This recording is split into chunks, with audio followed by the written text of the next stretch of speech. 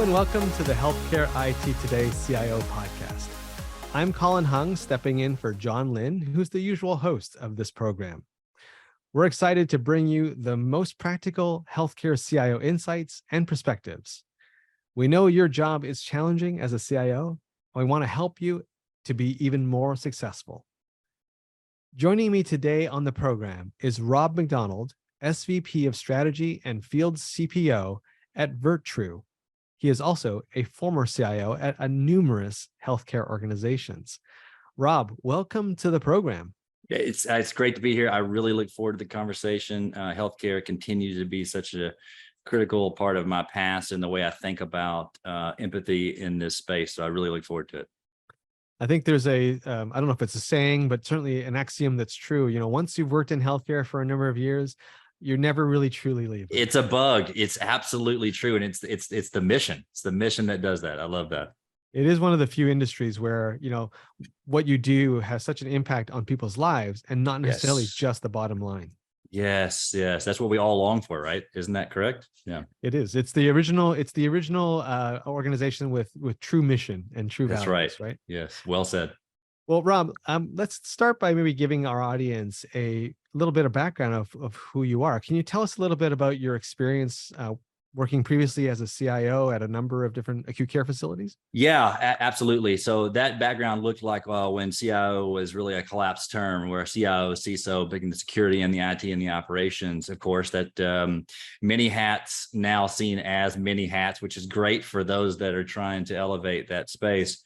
But it was really in that acute care space where we were working on these full de novo hospital and healthcare facilities directly with patients in those regional areas. It was such an exciting time. And in that era, we were, early to defining what information security and data security means in that space. And this is important. This is why I think healthcare is so important in the security space, is that we had to kind of be out of the way of those caregivers. You cannot impose a burden on that user experience.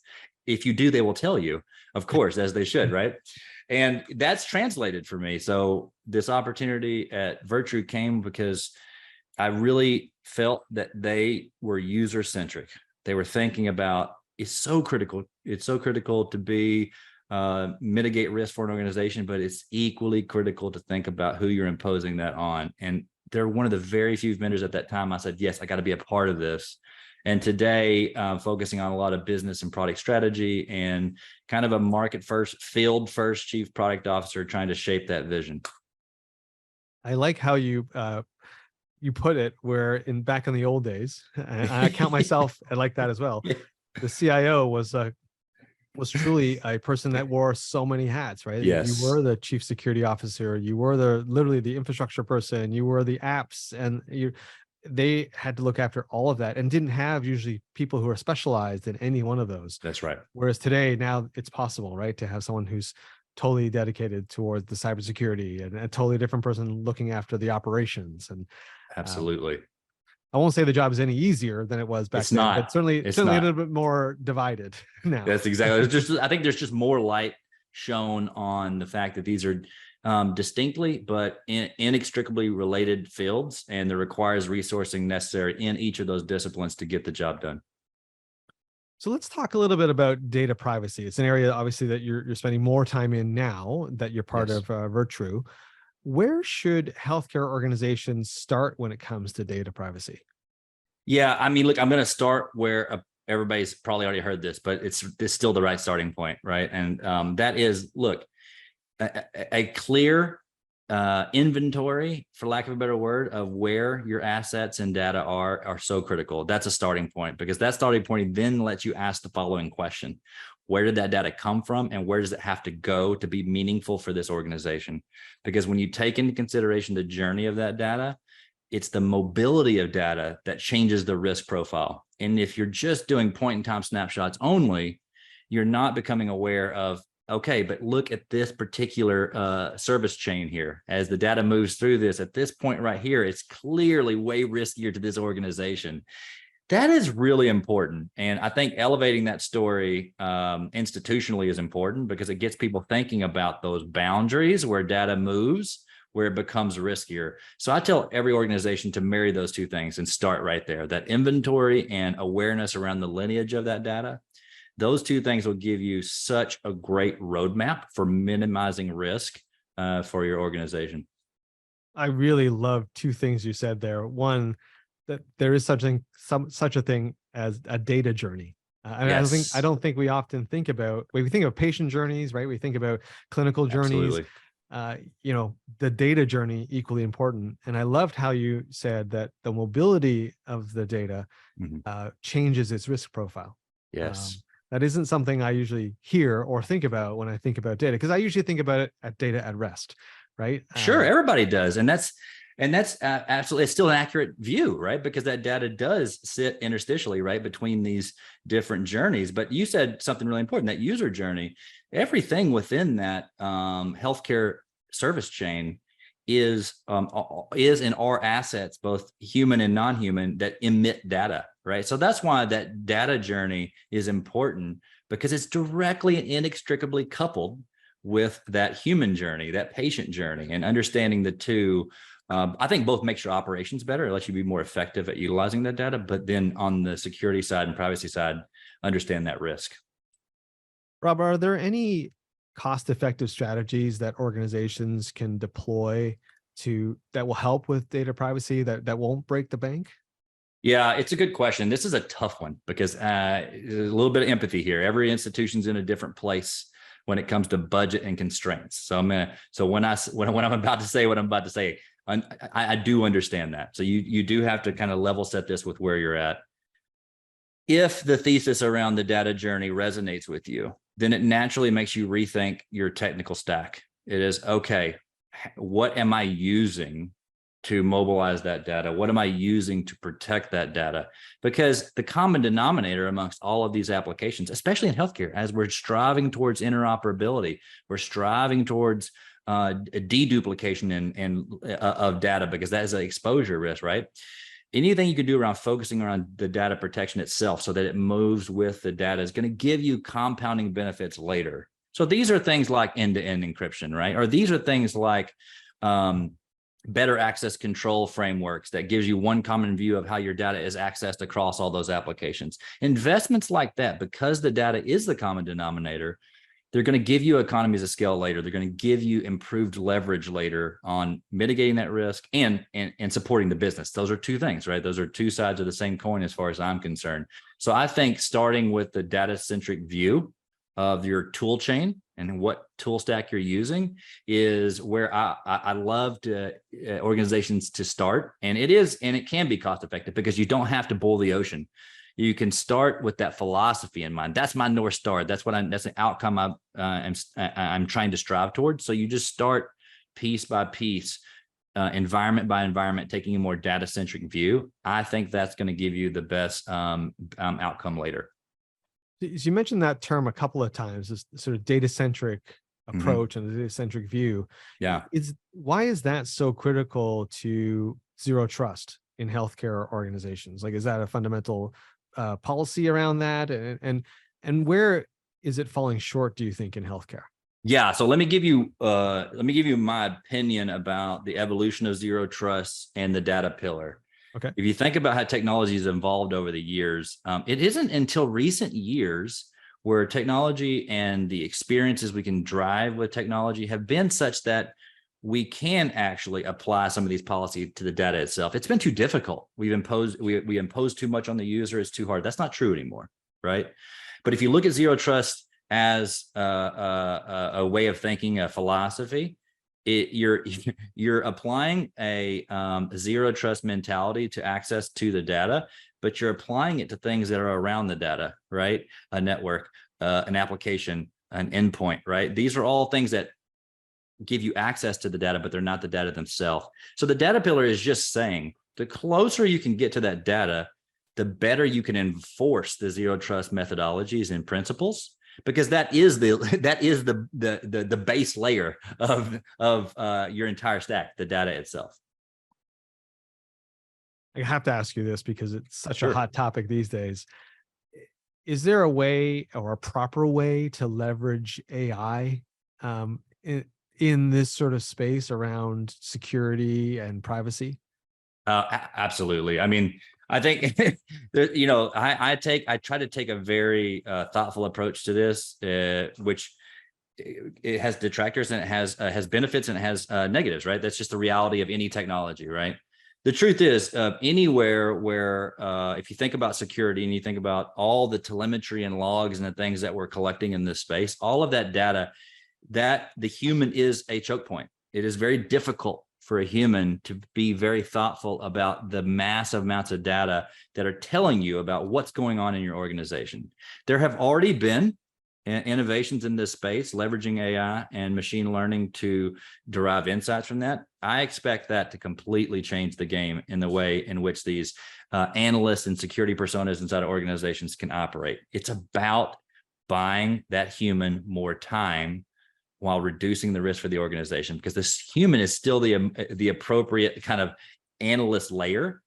But if that human has to take 3, 4, 5 months to sift through and derive the insights, well, you're already at risk. So I expect a tremendous amount more innovation there. And the other is, I think, around appropriate access control and policy construction.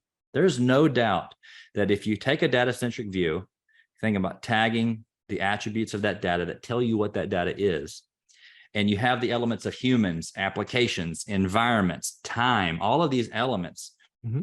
AI and ML is a really good tool to say, okay, at this point in time, what type of access control policy should be on this data element? I think those two things are going to, I mean, there's many others, but just real quickly, those two are really important areas where I think you're already seeing investment, and I expect it to get a lot richer in the future. It sounds like where you're seeing AI can be deployed successfully is really on augmenting the human being that's there right now. Like, instead of the human being reading the logs and doing the filtering and doing the investigation for 3 months, you can get an AI bot or tool, then do that in a few minutes or a few hours, therefore saving a ton of time. And then, but it's really more to augment and allow that person to do even more stuff, as opposed to turning over the keys to an AI to do everything. Yeah, I think that's well said. I think we see that in the clinical space as well. Like, do we really want AI doing all of the annotations and notes and derivation of diagnosis? No, we're not there yet. But can we use it as a means to make that caregiver, that clinical operator, more efficiencies in that job? Absolutely, and we should. So that's why I say I think where we're at today is those are areas where I think are going to provide a great deal of benefit, and are already in some nascent spaces for any organization, especially healthcare. Taking a step down from AI, I wanted to ask you about automation, which is different than AI. Is there a role that automation can play to help organizations remain HIPAA compliant, or to remove the burden off some of the security folks' shoulders? Yeah, I mean, this is a little bit like an 80-20, 90-10 conversation, because the truth is, if you look at a lot of the work, you're doing that data journey, it all connects back. You're doing that data journey, and then you start looking at the data flows throughout your organization. Well, those data flows represent a context, and that context represents a certain burden you need to place on it to maintain compliance, but even more than compliance, maintain risk reduction, and maintain your position as a good steward of the data that you're managing for that patient, right? So those flows represent that context. Mm-hmm. And any automation along that data journey in terms of enforcing the certain types of policy or enforcing the certain types of access burden is one way in which automation is already playing a big role. And if you use it in context of that data journey more holistically around the flow, I think you have a better view of where to apply automation to get the most benefits. And when it comes to security and encryption and things like this. So we've spoken a lot about the tools, the technologies that can be applied here in data. I want to change it up a bit and ask you a question about the people and the policies and really the culture. One of the things we hear about all the time is security is a state of mind. Security needs to be baked into the culture of an organization. How can a CIO at a healthcare organization do that? What are steps they need to take? What things do they need to do to institute security as a culture, as part of the culture? I love this question primarily because there were errors when I did it very poorly. Okay. It's that simple. So, All right. and I like to say that, I like to say that security and privacy, it used to be a very punitive modality, right? Where we would be Sure. like, we would tell you don't do it after you've done it and not really educate you on why you shouldn't have done it to start with. We've seen a big shift here, right? So you see the way we think about education and awareness training. These are great moves in a direction that I think produces a better culture, which here's the reality. You have a collective group of individuals in your organization behind a shared mission and goal of improving patient outcomes, right? Their jobs and their expertise sit within their jobs and their expertise, right? The deep empathy around that reality and crafting a different view from a CIO and CISO's perspective around, okay, I am here to enable that outcome. This is a shared approach to this, and thinking about how we can adapt the technologies to their role, being empathetic to where they have to live. So I'm in this application. I'm in this particular set of applications or this desktop environment or this mobile environment. This is where I have to get my job done. Realigning your goals, both from a security and a CIO perspective, to their outcomes. I know this seems obvious, but we're not doing it. Setting your goal to those outcomes is what's going to create a culture of security, because then it's going to be seen as a supportive technology. And that's exactly how we view it. A world where there's more security and privacy is one in which we're actually more collaborative and more productive, not less. So we got to shift that mindset, in my opinion, to create a better culture of security and privacy. I like how you put that. I think in the past, security was seen as a burden to be placed on top of something you're already doing. What you're saying is that, no, you got to think of it as it's part of what you do, because actually by being secure, it actually helps you in your job. It actually helps you to achieve the goals that you're looking to achieve. It does. And taking a user-centric approach to the application of that technology, like we say this and we strive for this, but it's just, it's a difference between setting a goal, like that is my goal, and knowing that I'm going to iterate towards it. Changing that is what I think the big change in the industry is, continuing that. If you can do that, there is going to be baked in a culture of security, because the company's not there to deliver a security outcome. Right. Security is a part of the business outcome. And that, I think, is really important. What topic, Rob, in your mind, in health IT is not being talked about enough, and it should be? Oh, there's so many topics, and there's a lot of people out there in the trenches every day with really good opinions on this, right? I think just speaking about the space in general, you have a lot of heavyweights in the space that produce a lot of the tools and the environments which we all have to work through. I think we talk on the face about interoperability and data portability. I think that everyone's life is going to be better when that becomes a true unencumbered view of interoperability, not one vendor's view of what that means. So, and I'm not trying to criticize any of these vendors, like they are delivering a great service. So, I hope it's not taken that way. I think interoperability and that kind of standards-based approach to data portability is good for everybody on the research arm and on the tip of the spear in healthcare, right? Because the more you can know about that patient, the better. In the exact same vein, though, rethinking the technical stack from a security perspective. We carry over budget like we have to, right? We look at these budget line items, we have 11 there. We carry 9 of them over every year because we think we have to. We don't. And this is, again, tempered by the fact that you have limited resources, limited people. But I think rethinking how we're investing our budget into data protection, privacy is something that we would all benefit from. I think those two topics generally, and moving to a more data-centric view of a security model, are two topics that I would love to see more public conversations about. And we see them. It's not like no one's talking about these. I just think that they give us more compounding leverage in the future, which is what you're always trying to do when you're building a long-term strategy.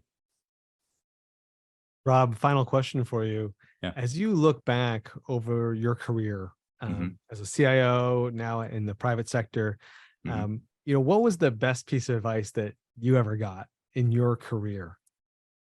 I live this today, and still I'm not always great at it, which is the following. Everyone has a perspective on how to achieve an outcome, You are not where they are and they are not where you are. We have to do a better job collectively realizing that there is a divide, and that divide is just natural because we're different people, and spending more time together, bridging that divide. And I got that feedback probably more in my product and engineering background, because everyone's got these great ideas, right? It takes time to dissolve, digest, and deliver context to the other team members. Because if you can't get everybody behind a shared belief in how you're going to create that impact, you just have divisiveness. And that is very, well, you're just never going to get to where you're going to go. That is probably the best advice. I still struggle with that today. It's so hard because you just have this idea, you want to get where you want to go, but you cannot go there alone, especially in healthcare. I think healthcare actually knows this better than anybody. In any given care team or any organization, there is such a collective support system in place for that patient, right? So on that substrate, on the healthcare substrate, it's working really well. I don't know yet on the security and privacy landscape we're actually there. I still feel like there are a lot of pods of opinions where we're not really meeting everybody where they are and helping them understand how this can help them, and then delivering that value. So that device in my career, I think, applies at a macro level for security and privacy, and hopefully we can continue to break down those barriers. Rob, you've shared a ton of great information with us today on the program. Where can people go to find out more about you or connect with your company? Yeah, I mean, so our website's Virtru, virtru.com. I would love to have everybody take a look at that and see what we're up to, and see if the mission that we articulate is relevant to you. We hope it is, and would love to chat with anyone about that. Rob, well, hey, listen, thank you so much for taking the time today and giving us this perspective and a little bit about your history. I truly enjoyed listening to it, and I'm sure our audience will as well. I really appreciate it, and thanks everyone for taking the time today. Hey, if you enjoyed this episode as much as I did, we'd love for you to check out more great content at healthcareitttoday.com. I'm Colin Hung. Back in the chair next week will be John Lynn. Thanks for being here, and we'll catch you on the next episode.